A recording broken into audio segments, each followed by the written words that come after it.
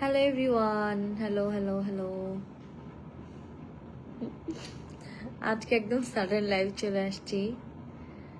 কি অবস্থা, কেমন আছেন সবাই? সানফ্লাওয়ার প্রান্তর থেকে live Aslam. And I know এখন বাংলাদেশে অনেক সকাল, বাট আমাদের এখানে হচ্ছে এখন রাত 10টা 49। বাংলাদেশে রাত আর আমাদের এখানে দিন। ও মানে বাংলাদেশ দিন আর আমাদের এখানে রাত, কি উল্টা পাল্টা বলতেছি। তো যারা যারা জয়েন করছেন জয়েন করে জানাবেন যে লাইভটা কি ক্লিয়ারলি দেখতে পাচ্ছেন কিনা, আর কি অবস্থা, কেমন আছেন সবাই। অনেকদিন পর আজকে সানফ্লাওয়ার প্রান্তর থেকে লাইভে আসলাম, যেহেতু সবাই জানেন যে আমি রাইট নাও কানাডাতে আছি।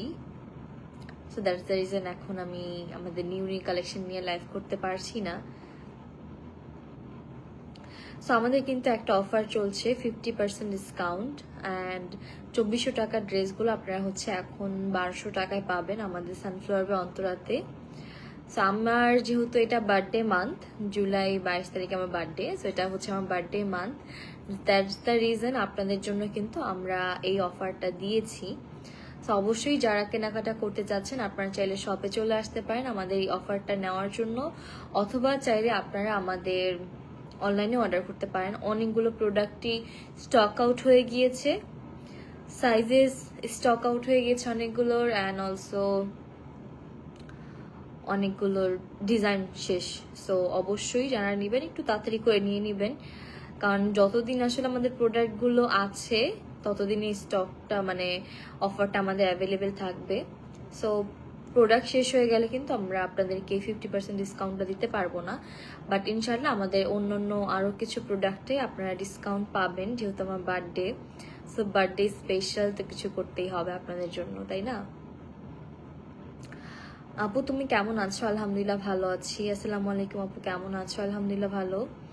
আপু তুমি কানাডা এবার ঋতু আপুকে নিয়ে জাননি কেন? আচ্ছা, এটা হচ্ছে আপনি আমাদের ব্লগ দেখবেন, আমাদের মেন চ্যানেলের ব্লগ অ্যান্ড হচ্ছে আমাদের অন্যান্য যে ব্লগগুলো আছে সবগুলো দেখবেন, তাহলে বুঝতে পারবেন আসলে কেন ঋতু, জয়, জীবনরা আমাদের সাথে আসতে পারেনি। আমাদের নিজেদের আসলে একা একা অনেক বোরিং লাগে, তো আমরা চাই সবাইকে নিয়ে একসাথে আসতে। অ্যান্ড সবসময় যেহেতু আমরা সবাই একসাথে ট্রাভেল করি, তো আমাদের সবাই একসাথে ঘোরাফেরা করতেই অনেক ভালো লাগে। আপু থাইল্যান্ডের শ্যাম্পু আনো, সানসিল্ক। আপু ইনশাল্লাহ আমাদের নেক্সট অনেক কিছুই আসবে, সবাই একটু ওয়েট করেন। আমাদের আরেকটা আপকামিং কিছু আসতেছে, একটু ডিফারেন্ট স্টাইলে ডিফারেন্ট কিছু হবে আপনাদের জন্য ইনশাল্লাহ।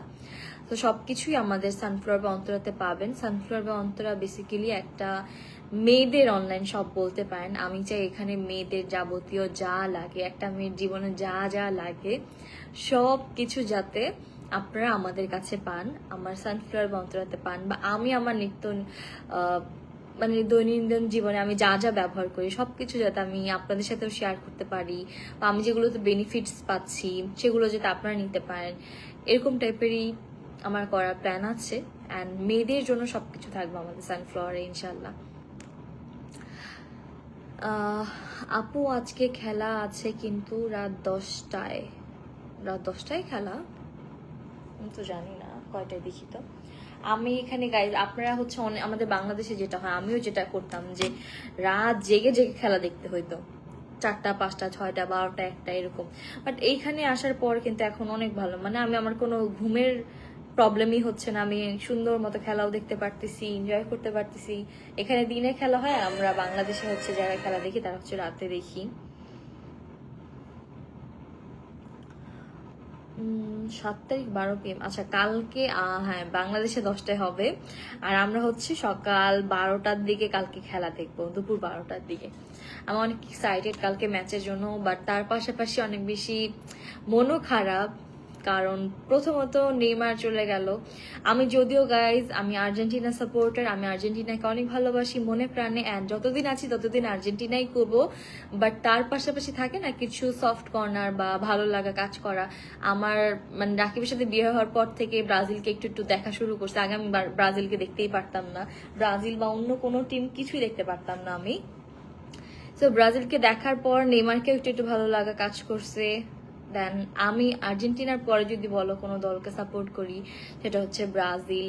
অ্যান্ড দেন যেহেতু এটা রোনালদোর লাস্ট ছিল, এরপরে আর ফুটবল খেলবে না, দেন নেইমারও খেলবে না, সো এইটার জন্য আসলে আমি ওদেরকে সাপোর্ট করতেছিলাম এবার যাতে ওরা দুজনের মধ্যে একজন পায়, যেহেতু মেসি অলরেডি 2022 সালে কিন্তু একবার বিশ্বকাপ পেয়েছে। সো ওইটা নিয়ে কোনো আফসোস নাই, বাট আমি চাচ্ছিলাম যাতে রোনালদো বা নেইমার এবার ওয়ার্ল্ড কাপ পায় যদি মেসি না পায়। সো কি বলবো, দুজনই বাক করে গেছে, এই জন্য অনেক খারাপ লাগতেছে, দুইটা লেজেন্ড চলে গিয়েছে। সেই জন্য আমি অনেক স্যাড। আমার ফুটবলের উপর আসলে এতটা ছিল না, আকর্ষণ ছিল না, যেহেতু মেয়ে মানুষ, সবাই জানেন মেয়ে মানুষরা কিন্তু ফুটবল এত বেশি দেখে না, পছন্দ করে না। আমিও কিন্তু সেম, ডিফারেন্ট কিছুই না। বাট এবার আমি অনেক সিরিয়াসলি ফুটবল খেলা দেখছি, স্পেশালি পর্তুগাল নিয়ে, তারপরে ব্রাজিল অ্যান্ড আর্জেন্টিনা অ্যান্ড নরওয়েরও 2টা ম্যাচ দেখছিলাম, ফ্রান্সেরও দেখছিলাম। সো ভালো ভালো যে কয়টা টিম আছে সবগুলোরই খেলা দেখা ট্রাই করছি। আচ্ছা, অনেকেই ম্যাচ কমেন্ট করতেছেন, আপু টরন্টো থেকে দেখছি, দেখা করো। আর আমাকে অনেকেই মেসেজ করতেছে, দেন চেনা পরিচিত অনেকেও মেসেজ করতেছে। বাট আমরা আসছি এখানে আসলে বেসিক্যালি কাজে, যেহেতু ব্লগিং এটাই হচ্ছে আমাদের প্রফেশন।